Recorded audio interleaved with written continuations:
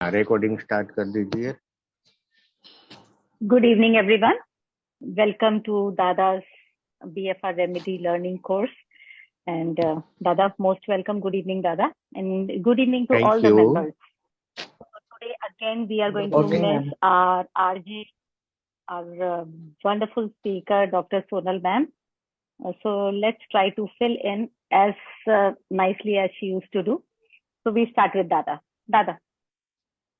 हाँ, इससे देखा जाए ना मैडम, तो रिश्तों के लिहाज से तो ग्रुप कुछ भी नहीं है मेरा। हमारा, आपका, बाकी सब मेंबर का रिश्ता क्या है, कुछ भी नहीं। रिश्तों के लिहाज से तो ग्रुप कुछ भी नहीं है मेरा। बाकी हर लिहाज से ग्रुप सब कुछ है मेरा। वाह, बहुत ठीक है।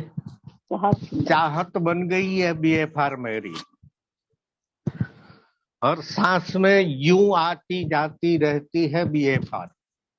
चाहत बन गई है बीएफआर, आदत बन गई है बीएफआर।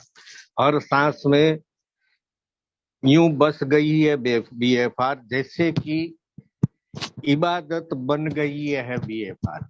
सुबह शाम सोते जागते ऊपर वाले को जितनी बार याद नहीं करता, उतने उससे भी ज्यादा मैं बीएफआर को याद कर लेता हूँ। बहुत। बट आज आप मेरी तकलीफ भी समझिए। मैं बोल नहीं पा रहा हूँ। क्यों? आज पूरा बोझ आप पर होगा। आपने सुना होगा ना वो मोरबी का हादसा, वो पुल टूटा था। हाँ हाँ हाँ, मोरबी का पुल टूटा है। हाँ। तो वो वक्त में वहीं पे था। और जैसे ही मैं वो ब्रिज पे जाने वाला था ना, मैंने अपनी नजर के सामने पुल को टूटते हुए देखा, सबको यूं गिरते हुए देखा। अबाउट 200 छोटे बड़े बुजुर्ग, महिलाएं, सबको मेरी नजर के सामने मरते देखा। तब से न जाने क्या हो गया। बात नहीं कर रहे थे पूरा दिन। हाँ, तब से न जाने क्या हो रहा है। मुझे नींद नहीं आ रही है। खाना खाने बैठता हूँ, मैं खा नहीं सकता। तब से खांसी लग रही है, चाहे कितनी भी दवाई मैं ले लूं, मेरी खांसी जा नहीं रही है। क्या करूं? आप ही कुछ उपाय बताइए। दादा, उपाय तो सीधा साधा है। रॉकरोज वैसे तो रेस्क्यू रेमेडी ले लें तो सबसे ही अच्छा है, नथिंग लाइक इट। लेकिन आज की रेमेडी हमारी परफेक्ट बैठती है आपके इस पे कि आपने एक्सीडेंट देखा, एक्सीडेंट होते होते बच गया, लेकिन that shock is there inside you. वो शॉक तो है ही आपके अंदर बैठा हुआ है। हाँ, तो वहां पे भी रोक रोज, तो वहां पे भी सब लोगों को रोक पे पछड़ाते हुए देखा है। बॉडी पार्ट को इधर उधर बिखरते हुए देखा है। मेरी तो हालात खराब है। हर टॉपिक से किसी के भी हो जाए दादा, चाहे वो अपने हो या नहीं हो, ऐसा सामने एक्सीडेंट देखे तो किसी का भी हो जाए। हाँ।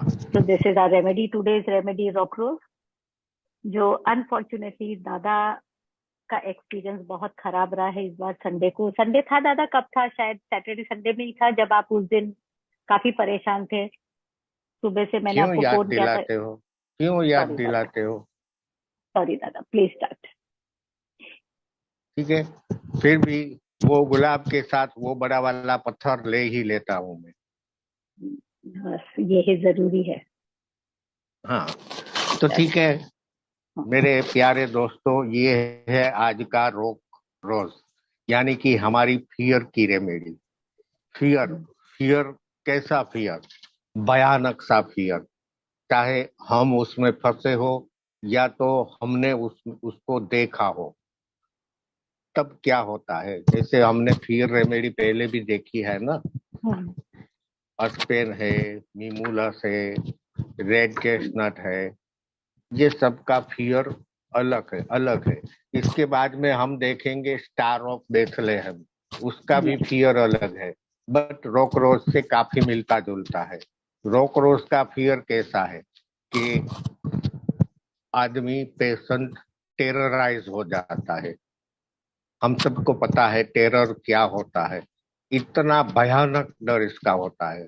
जब कोई एक्सीडेंट में फंसता है तो क्या होता है, जैसे एक्सीडेंट में फंसा, खुद फंसा, आवाज बंद हो जाती है, बोलना चाहता है लेकिन बोल नहीं सकता, कोई उसको बुलाता है तो गुपचुप उसके सामने आंखें फाड़ फाड़ के देख रहा होता है, ये क्या क्या कह रहा है, ये उसकी समझ में नहीं आता, एकदम टेरराइज हो जाता है। ये है रोक रोज। रोक रोज हमारी रेस्क्यू रेमेडी में भी है। क्यों है ये आप अच्छी तरह से समझ गए हो। पहले जो इमरजेंसी की रेमेडी थी ना, वो शायद डॉक्टर बेच ने जब रेस्क्यू बनाई उसके पहले रोक रोज को इमरजेंसी रेमेडी में जाना जाता था। उसके बाद में हमारी रेस्क्यू रेमेडी आई।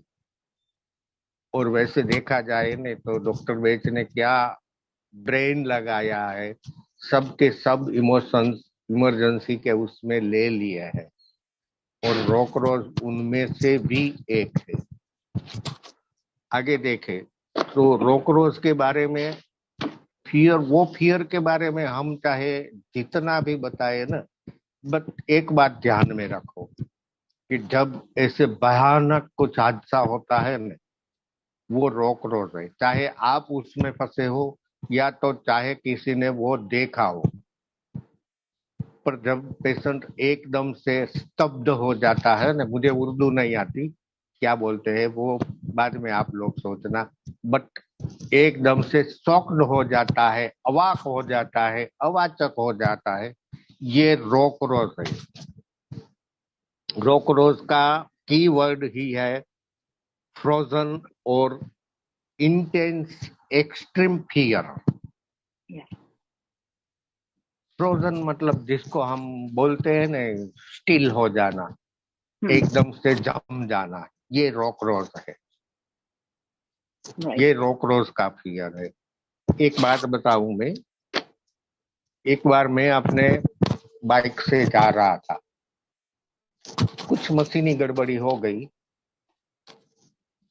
और मैं बाइक का इंजन लॉक हो गया और मैं स्लिप होके गिर गया। जैसे ही गिरा, आंखों के सामने अंधेरा छा गया, कुछ दिखाई नहीं देता था। वो टाइम तो ठीक था, कोई अगल बगल में था नहीं, थोड़ी दूर था। फिर जैसे ही कुछ दिखने लगा, मैं समझ गया कि मैं गिर गया हूँ। और मेरे पास रेस्क्यू रेमेडी हमेशा मेरी जेब में रहती है। झट से बोतल निकाली, 5 ड्रॉप मुंह में डाल दिए, 2-5 मिनट हुई, मैं उठ गया, फट से दूसरे 5 ड्रॉप मुंह में डाल दिए। सब लोग मेरे नजदीक आते, कुछ समझते। उससे पहले मैंने बाइक स्टार्ट करने की कोशिश की, स्टार्ट हो गया, मैं निकल गया। सब देखते रह गए कि इसको क्या हुआ था, क्यों अचानक से गिरा और क्यों अचानक से खड़ा होके चल दिया। वो टाइम पे बहुत कुछ लगा था, फेस पे लगा था, हाथों पे, पैरों पे, हर जगह इंजर्ड हो गया था। बट रोक रोज ने अपने कमाल दिखा दिया था।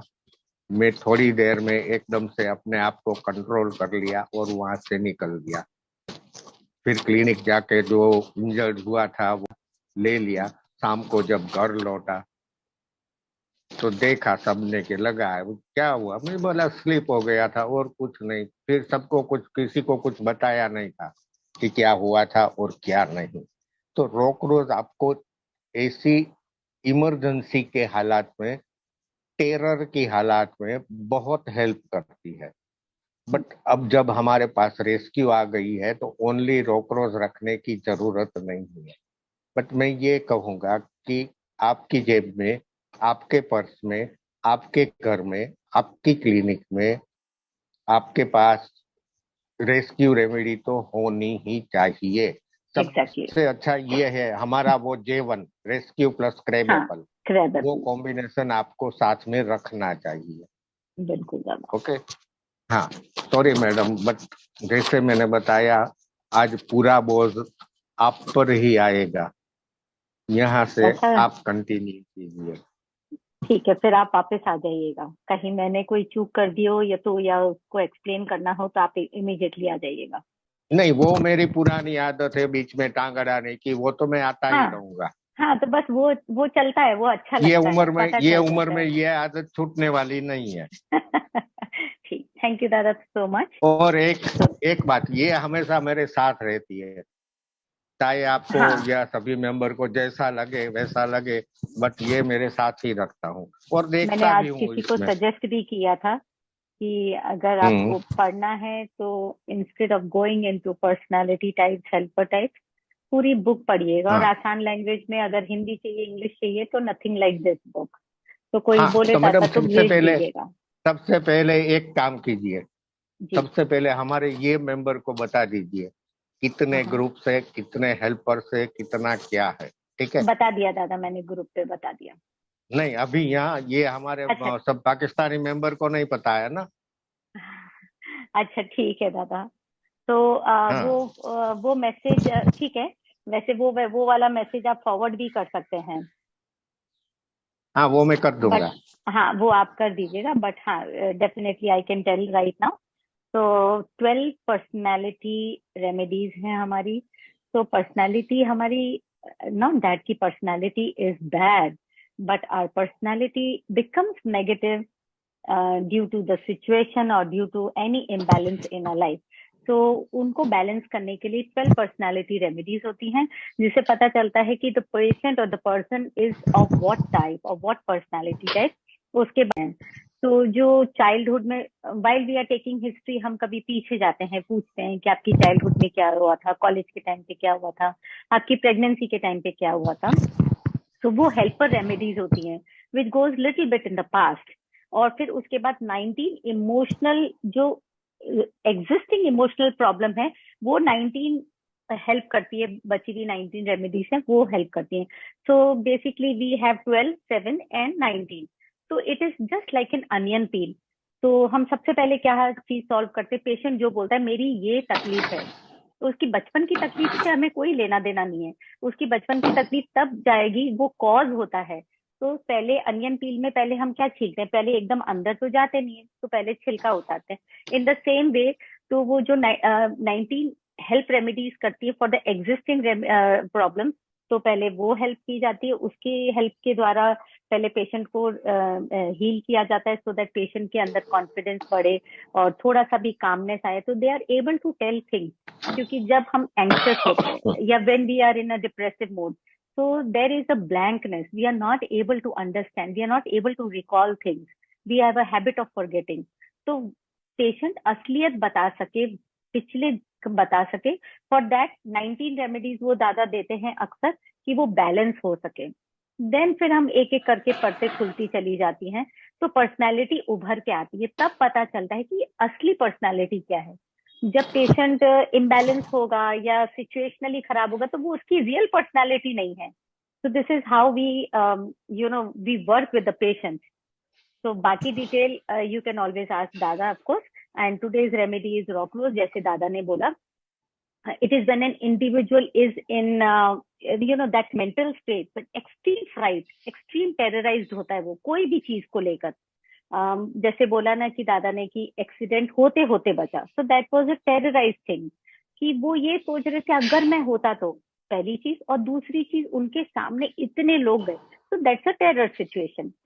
But here, Rockrose is little different from Aspen। Unlike Aspen, इसके अंदर स्पेसिफिक होता है पेशेंट कि ये मेरा कॉज है, ये मेरा है, this is the specific thing I am terrorised of. And unlike mimulus, mimulus में क्या होता है, it has pass that daily nature of मिमलस।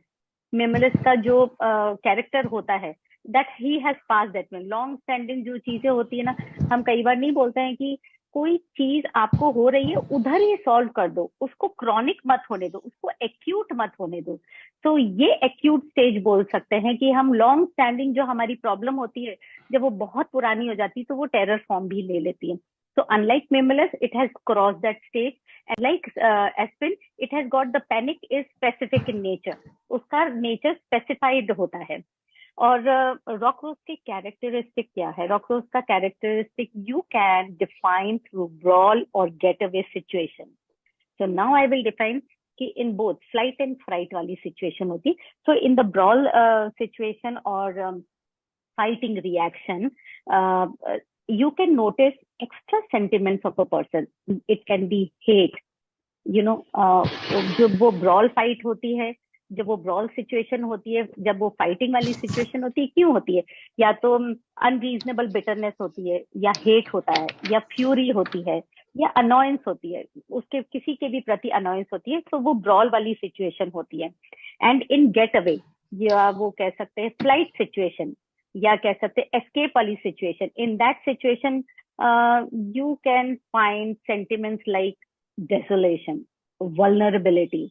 इंसान वल्नरेबल है क्योंकि फाइट करके तो वो अपने मन की भड़ास निकाल सकता है, लेकिन जब वो गेट अवे करता है या वो एस्केप करता है, ये सिचुएशन में मुझे पढ़ना ही नहीं है, तो कहीं ना कहीं तो इफेक्ट होगा. तो वो वल्नरेबिलिटी सिचुएशन होती है, डेसोलेशन वाली सिचुएशन होती है, या वो ब्लॉक हो जाता है, नम हो जाता है, या स्टोन्ड हो जाता है क्योंकि वो बोल ही नहीं पा रहा है. That is an escaping situation basically. And sometimes people are paralysed also. कभी देख के, अब ये तो ठीक है, दादा ने देखा और वो इस ऐसी बहुत सारी चीजों से जा चुके हैं, तो वो थोड़े कड़क हो गए. But I remember very well, एक नॉन फैमिली थी, तो उनका यंग बेटे की डेथ हो गई थी. तो फादर वॉज एक्चुअली, वो नेबर ही है, तो फादर वॉज पैरालाइज्ड, और पैरालाइज्ड एंड ही फेंटेड. तब मुझे एकदम से ध्यान आया था, दादा ने कहा था कोई फेंट होता है, इमीडिएटली रॉकरोज एंड क्लेमेटिस देके. Clematis because he is gone into unconscious state, deep coma sleepy state. वो उनकी वाइफ को दिया और बस इतना ही कहा कि अभी शॉक है, तो ये आप उनके लिप्स पे लगाइए और थोड़ा सा मुंह में एक एक दो दो ड्रॉप देते जाइए. तो ऑफकोर्स वो आना तो था ही, बट वो इमीडिएट इफेक्ट में उन्होंने डॉक्टर्स को भी बुलाया. That's a different situation. But what I am saying, that presence of mind is must. If you find कि कोई शॉक की वजह से कोई इंसान एक बार स्टोन हो गया, पैरालाइज्ड हो गया, इन अ सेंस अनकॉन्शियस हो गया, तो rock rose and clematis work wonderfully. बहुत अच्छा रिजल्ट आता है, इमीडिएटली इंसान एक बार अनकॉन्शियस स्टेट से वापस बाहर आ जाता है. लेकिन फ्लाइट सिचुएशन में रिएक्शन क्या होता है इंसान का? How can you know understand what is the reaction like? Trembling होएगी, दे आर एंशियस, ऐसे शडरिंग होएगी, and that eventually weakens their health. हमारी फिजिकल हेल्थ, वो बोलते हैं ना, जान नहीं रही मेरे शरीर में. And internal harmony. तो कैसा होता है, फिजिकल स्टेट से हम मेंटल स्टेट में पहुंच रहे हैं. यू गॉट माई पॉइंट कि कैसे फिजिकल हेल्थ इफेक्ट हुई. यू स्टार्ट योर नीज, बोलते हैं ना, आई एम फीलिंग वीक इन माई नीज, मेरे पेट में ऐसा कुछ लग रहा है, सिंक हो रहा है. तो ये टेरर सिचुएशन है. And eventually internal harmony is affected of the patient. मतलब ये हुआ physical and mentally both, in a both manner the patient is disturb. Brawl fight होती है तो हमें समझ में आता है, इंसान ने मुंह से बोल दिया एंड इट्स ओके, बोल बुला के वो निकल गया. So this is another situation, brawl and getaway situation. So in both the situation, और अगर हम I can just ask one thing कि आप रॉक रोज पेशेंट को कैसे आइडेंटिफाई करेंगे? It keeps on recurring again and again. जो उसकी लॉन्ग स्टैंडिंग टेरर जो सिचुएशन है, वो बार बार होती है. You understand that is a rock rose patient, क्योंकि ऑफकोर्स वो लॉन्ग स्टैंडिंग हो गया है. क्योंकि बिगनिंग कहाँ से होती है? रॉकरोज स्टेट की बिगनिंग कहाँ से होती है? In some of the other upsetting situation. कोई ना कोई अपसेटिंग सिचुएशन होती है, या तो डिमाइस ऑफ द पार्टनर, या बोलते हैं ना कि you are very close to your partner और वो चला जाता है. तो लॉन्ग स्टैंडिंग जो सिचुएशंस होती है, इट बिगिंस फ्रॉम देयर. या मेनिया होता है, या पैशन होता है, या any other disorder. We can say stress disorder, you can say adjustment disorders. So these all are disorders which are long standing situation. So and they keep on coming. जब long standing होता है तो of course वो बार बार आएगा ही, और जब बार बार आता है तो वो chronic acute situation ले लेता है, and it goes to the Rockrose situation. This is all in the terrified types. You can define those terrified types in mania भी होता है. बोलते ना यार ये पेशेंट, ये तो आदमी मेनियक है. नहीं, पर समझना पड़ेगा, वो मेनियक है लेकिन वो खुद परेशान है. तो you need to further go into the history to understand कि इतनी लॉन्ग सिचुएशन से क्यों आया है ये आदमी, की ये रॉकरोज सिचुएशन में पहुंच चुका है. नहीं तो एस्पिन और मिमुलिस तक नहीं, हमको उसको ठीक कर देना चाहिए था. Now another thing is that loss of sleep भी होता है. When you reach to that rockrose situation, there is a chaotic challenging life, उसकी पूरी लाइफ बिखरी हुई होती है, उसको नींद नहीं आती है. These are the little symptoms you can keep on finding in the patient. क्योंकि एस्पिरिन और विमोलिस में ऐसा नहीं होगा कि वो रातों रात उसको नींद नहीं आती. But in a terror situation, a patient is not able to sleep. Their whole life is chaotic, challenging life होती है, क्योंकि समझने की शक्ति नहीं है कि how am I supposed to balance my life. But I always use my remedies, end up in my remedies to the animals. एक वो ऐसे हैं जो अपने मुंह से नहीं बोल सकते हैं कि हमें क्या तकलीफ है. So please understand the animals कि उनको क्या तकलीफ है, और हर रेमेडी एनिमल पे बहुत अच्छे से लगती है. And I have used multiple times. I am very fond of animals. फर्क इतना है, मेरे को डर लगता है उनसे. That's a history. But you can use. And how rock rose is used? How you can identify rock rose animal? उनके जो fur bristles neck पे होते हैं, you know, they will become bristle, एकदम खड़े हो जाएंगे जिसे कहते हैं. And other fine defensive mode में आ जाएंगे. They will come into defensive mode. The expression एकदम stoned होंगे, कान खड़े होंगे, एकदम stoned होंगे, हिलेंगे नहीं, पर वो defensive mode में रहेंगे. That's a rock rose stage. और cause क्या होता है इनका? You have to understand. वो छुप जाएंगे या उनके खड़े हो जाएंगे कान और bristles खड़े हो जाएंगे. The cause can be thunderstorm. The cause can be firework. The cause can be उनको पता चल जाता है they are going to take me to a vet. Doctor के पास जाते तो बच्चे भी रोते हैं. ये कैसे बताएगा कि मुझे भी डर लग रहा है? Taking them to a vet.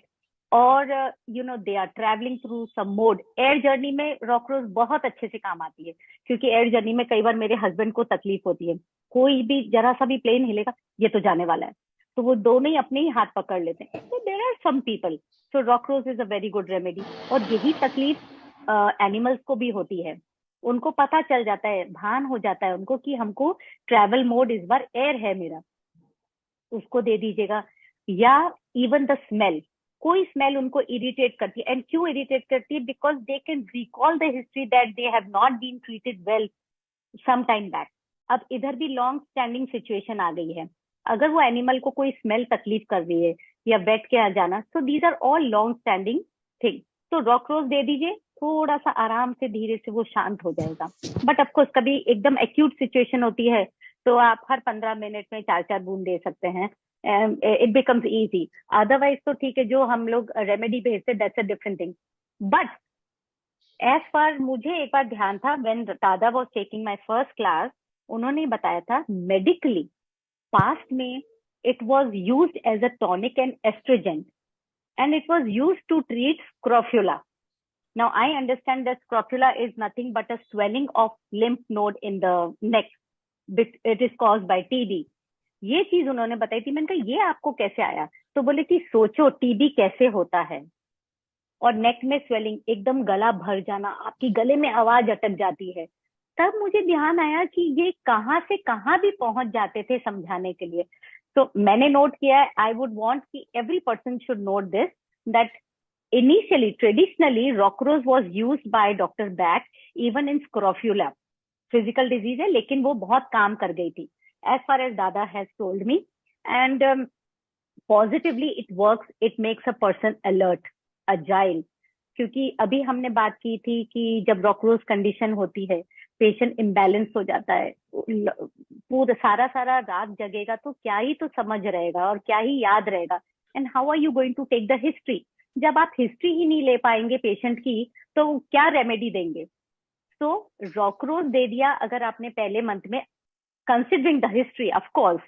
So the patient will become काम, अलर्ट हो जाएगा, एजाइल हो जाएगा, थोड़ा सा रिलैक्स हो जाएगा. And next month the patient is ready to give the history in a proper manner. So you have to understand that how rock rose is used. कोई भी रेमेडी हो, यहाँ पे तो हम रॉक रोज की बात कर रहे हैं, पर I am talking about any remedy, कि उसको डेप्थ में देखना पड़ेगा कि वो किस जगह पे मैं कैसे किस तरीके से यूज कर सकती हूँ. You can be creative enough, और कोई भी रेमेडी के साइड इफेक्ट नहीं है, so you can be creative enough. रहा है ना, तो आपके माइंड में कौन सी रेमेडी आएगी? ओनली सेंसेशन को पकड़ो. Sensation I thought was mimulus. गलत. ओके. ओनली सेंसेशन को पकड़ो. सिर्फ सेंसेशन, पेट में सेंसेशन आई है. हकीकत I'm कुछ not भी saying नहीं है, सिर्फ सेंसेशन है। अगर आप सेंसेशन को no, ओनली पकड़ते हो तो if कौन that सी रेमेडी person आनी चाहिए? that person is experiencing fear also. There is fear in the mind, but person को छोड़ो मैडम, पर्सन को छोड़ो। मैंने आपको क्या पूछा ये बताइए। आप ओनली सेंसेशन को पकड़ो।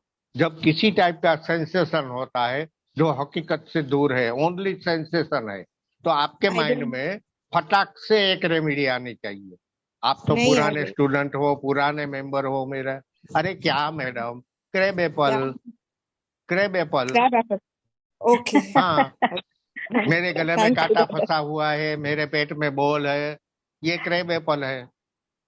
Okay, thank you, Dada. Thank you. Most welcome, welcome it's जी। ओके। वरना So जी it's not कभी कभी होता wrong. है, कभी कभी होता हाँ, है, हम तो नए हैं ना इस फील्ड में, होता है दादा 40 साल से करे तो उनके दिमाग में एकदम आ जाता है।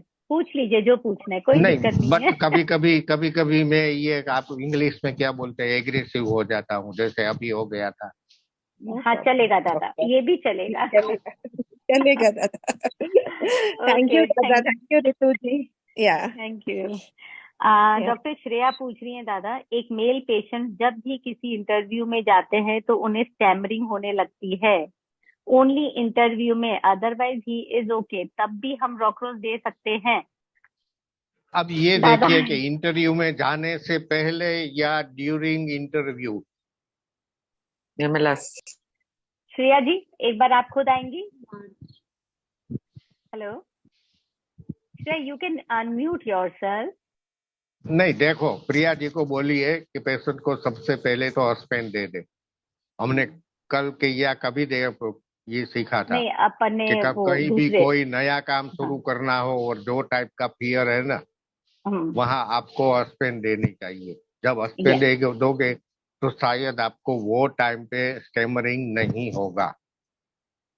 एग्जैक्टली। अगर अभी मैंने आपको आपको कहा लेना था है तो कि जैसे ही इंटरव्यू स्टार्ट होता है, या तो वो हाँ, दिन आप रेस्क्यू रेमेडी लेते रहो। बस वो हमेशा कहते हैं दादा, बच्चा एग्जाम देने जा रहा है, आप जॉब के लिए जा रहे हो या आप स्टेज पे जाना चाह रहे हो, तो एक बार बॉटल के अंदर उनकी जेवन डाल दो। सीधी सी बात है, जेवन डाल दो, नहीं तो कोई बात नहीं, रेस्क्यू रेमेडी डाल दो, तो वो आपका प्रॉब्लम सॉल्व हो जाता है। ये समझना होगा, rock rose is only a terror situation which is occurring again and again. ये तो सिर्फ इंटरव्यू के लिए जा रहे हैं ना, तो कोई नहीं, एस्पिन दे देंगे, या इंटरव्यू के टाइम पे, या जो भी 2-4 सिचुएशन बताइए, तो आप प्लीज रेस्क्यू रेमेडी ले लीजिएगा। Sheetal, yes you can ask, definitely, why not. Where are you Sheetal? Hello ma'am. Hello Sheetal. Ma'am आपने बताया कि आप जब सो नहीं पाते हो। अब मेरा प्रॉब्लम अभी ये चल रहा है, हमने अभी एक घर पे शिफ्ट किया है और मैं रात को सो नहीं पाती हूँ।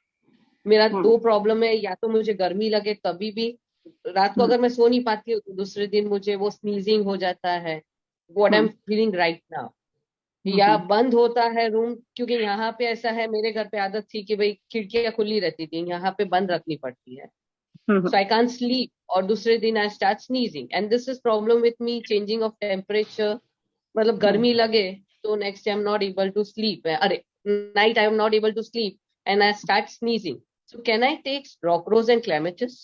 मैडम अभी आपने क्या कहा है, सॉरी बट मेरी समझ में हाँ कुछ नहीं आया। कुछ चेंज हुआ है क्या?